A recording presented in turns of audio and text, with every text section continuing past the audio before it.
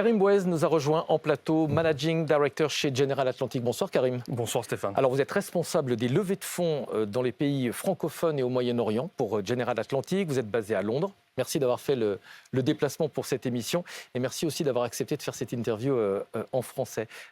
Concrètement, pour qu'on comprenne bien, quel est votre rôle? Vous êtes au contact des investisseurs. En effet Stéphane, donc je suis au contact des investisseurs et comme vous l'avez mentionné, je suis responsable de la levée de fonds au Moyen-Orient et en France. Donc j'ai deux responsabilités principales. La première qui est la levée de fonds auprès d'investisseurs institutionnels pour nos différents produits dans nos différentes classes d'actifs. Et ma deuxième responsabilité est de gérer et de maintenir les relations avec les investisseurs existants de General Atlantic en les accompagnant durant la durée de leur investissement, que ce soit côté reporting ou pour leur apporter des réponses à leurs différentes demandes d'informations qui peuvent être assez diverses. Quels sont les types d'investisseurs avec lesquels vous travaillez généralement? Alors, on a une base d'investisseurs très globale, très diversifiée. Permettez-moi de revenir en arrière juste sur l'historique de General Atlantic pour vous expliquer un peu le contexte de l'évolution de notre base d'investisseurs. Donc, General Atlantic a été créé en 1980 en tant que Single Family Office de Chuck Feeney, qui était un philanthrope et entrepreneur américain et qui était le fondateur de Duty Free Shoppers, qui a débuté par être opérationnel dans des bases américaines militaires et qui a évolué pour être présent dans tous les aéroports du monde, presque tous les aéroports du monde. Donc en 1980, on a opéré en tant que Single Family Office. Dans les années 90, on a intégré d'autres familles à notre programme d'investissement. Donc dans les années 90, on a opéré en tant que Multi-Family Office. Et c'est au tout début des années 2000 qu'on a intégré des institutionnels dans notre programme d'investissement. Tout ça pour vous dire que les Family Office représentent une partie très importante de notre capital base. Parce que c'est dans votre ADN, dans votre histoire. Exactement. Donc, à cause de l'historique, donc, on a à peu près 40% de notre base d'investisseurs qui sont des family office, ce qui est beaucoup comparé à d'autres gérants de private equity qui ont en général une part de family office dans leur capital base de 5 à 10% en général. Donc, c'est 40% de family office et le restant des 60%, c'est principalement des institutionnels, que ce soit des fonds souverains, des fonds de pension, des fonds de fonds, des banques, ou même des compagnies d'assurance. Est-ce qu'il y a une spécificité dans votre approche? Alors, notre stratégie est très unique. Je crois qu'il est important de dire que General Atlantic est le pionnier, le leader en growth equity. Frédéric Solar a très bien expliqué dans l'émission précédente la différence entre le VC, le growth et le buyout. Donc, General Atlantic est l'acteur incontournable quand ça vient au growth equity. Donc, on ne fait pas de VC, on ne fait pas de buyout. VC, Venture Capital? Exactement. Donc aujourd'hui, General Atlantic a 84 milliards sous gestion, 84 milliards de dollars, 600 employés dans le monde répartis à travers 17 bureaux globalement. Et depuis notre création, nous avons construit une société qui s'efforce vraiment à être le partenaire de choix d'entrepreneurs les plus innovants dans le monde. Donc notre stratégie repose sur une approche très thématique, mais aussi très globale, sur des marchés et des secteurs qui sont très prometteurs côté croissance pour au long terme. Donc on investit dans la tech, dans les services financiers, dans le consumer, donc le secteur de la consommation. Et ces 2 dernières années, on a rajouté la stratégie du climat et la stratégie de la science et la vie. Pourquoi vous dites qu'elle est unique, cette stratégie? Alors, c'est une stratégie unique parce que notre approche est très unique. Je crois que déjà, si on regarde le mandat est très flexible. Donc, on n'a pas de montant d'investissement fixe qu'on doit allouer à un secteur ou une géographie spécifique. Donc, on est très flexible et ça nous permet d'investir intentionnellement, dépendamment des tendances et des environnements du marché. La deuxième spécificité qui nous rend unique, je crois que c'est vraiment la diversité du mandat.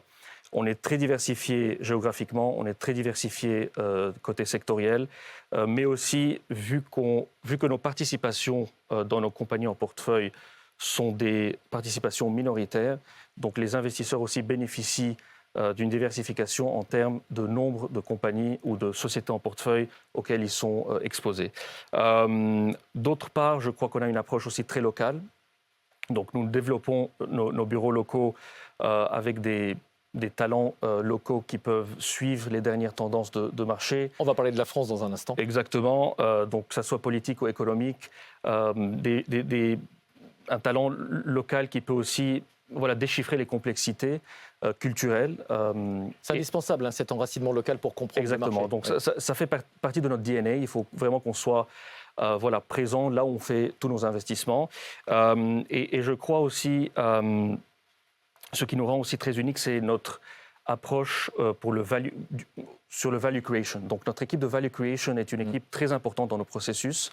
Donc c'est la compagnie, c'est l'équipe, si vous voulez, qui est en charge de prendre en charge les entrepreneurs et les entreprises qui sont en portefeuille, de les accompagner dans leur durée d'investissement. Et le fait qu'on est présent dans 5 pays, dans 5 continents, je crois, facilite beaucoup les synergies et la croissance de nos compagnies en portefeuille. J'aimerais qu'on parle des conditions actuelles du marché. C'est une question évidemment que tout le monde se pose. Dans la précédente émission, on avait parlé d'une dynamique un peu particulière. Est-ce que vous l'avez ressenti également ? Alors, je crois que tout le monde l'a ressenti. C'est une dynamique assez particulière et c'est une question, je crois, à laquelle tous les investisseurs réfléchissent en ce moment. Ce n'est un secret pour personne que c'était on a passé par quelques années qui étaient un peu volatiles, avec beaucoup de défis et d'incertitudes pour les investisseurs. Nous travaillons dans un environnement qui est de plus en plus complexe. C'est un environnement d'investissement qui est complexe, un environnement géopolitique aussi qui est très complexe. Et donc, les paramètres qui ont impacté un peu la levée de fonds ou notre business, c'est principalement, je dirais, les défis géopolitiques, que ce soit la guerre en Ukraine, la guerre au Moyen-Orient, les tensions continues entre les États-Unis et la Chine.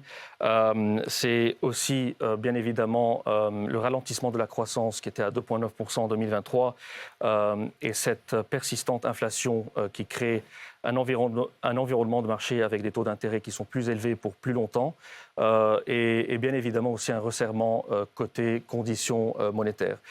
Et je crois que le troisième point, c'est un point qui est important dans le monde du private equity, c'est les valorisations. Je crois que depuis en 2020 et 2023, et sous l'effet de la pandémie, sous l'effet de l'environnement du marché actuel, beaucoup de LPs étaient exposés au marché public et les marchés publics ont connu beaucoup de fluctuations, ce qui a entraîné, je dirais, ce qu'on dit en anglais un denominator effect, donc à cause des baisses, à cause des fluctuations et des baisses de prix d'entreprises, je dirais, publiques, les investisseurs se sont trouvés automatiquement suralloués au private equity et donc ont ralenti leur investissement au private equity. On a vu en 2023 des investisseurs qui étaient un petit peu attentistes. Comment est-ce que vous voyez 2024 ? Alors, avec tout ça dans l'esprit, je sais que c'était 2-3 ans qui étaient assez volatiles, mais on est très enthousiaste par l'opportunité qui se présente. Si on voit les 2 dernières corrections, les meilleurs rendements qui se sont faits en private equity, c'est vraiment des investissements qui ont été réalisés 18 mois juste après les corrections. Donc je crois qu'aujourd'hui, le marché actuel représente une fenêtre exceptionnelle pour l'investissement en private equity. Et on voit de plus en plus d'activités comparé à 2023. Je crois qu'il y a une grande prise de conscience des investisseurs qui réalisent que ça peut être un très bon moment pour investir dans le growth et dans le private equity. On va parler de la France. Comment est-ce que vous percevez le marché français ? Vous êtes présent en France depuis 2001. 2001. Ouais. 2001. Donc le marché français est un marché majeur pour nous en Europe. Et c'est un marché qui nous apporte beaucoup d'opportunités, principalement à cause du vivier de talents, à cause de l'esprit d'entreprise qui y règne, mais surtout à cause, je dirais, en raison des initiatives et de l'environnement qui a été conçu, qui est vraiment très favorable, que ce soit pour les investisseurs ou pour les entrepreneurs. Notre histoire avec la France est une longue histoire et une très belle histoire. Vous avez accompagné 8 entreprises, je crois. Exactement. Donc on a commencé en 2001, on y investit depuis, et depuis 2017, on a été très actifs. On a accompagné 8 compagnies d'entreprise, dont Cézanne, Back Market, Mano Mano, Doctolib, pour en mentionner quelques-unes. Voilà, et pardon à celles qu'on oublie, mais il y en a eu 8 au total.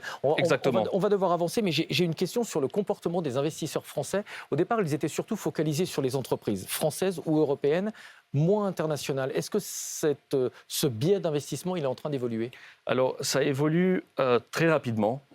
Et en effet, il y a 4 ou 5 ans, si on voyait un peu l'appétit et le focus des investisseurs français, c'était principalement focalisé sur la France et un peu moins sur les opportunités européennes, mais très très peu sur l'international.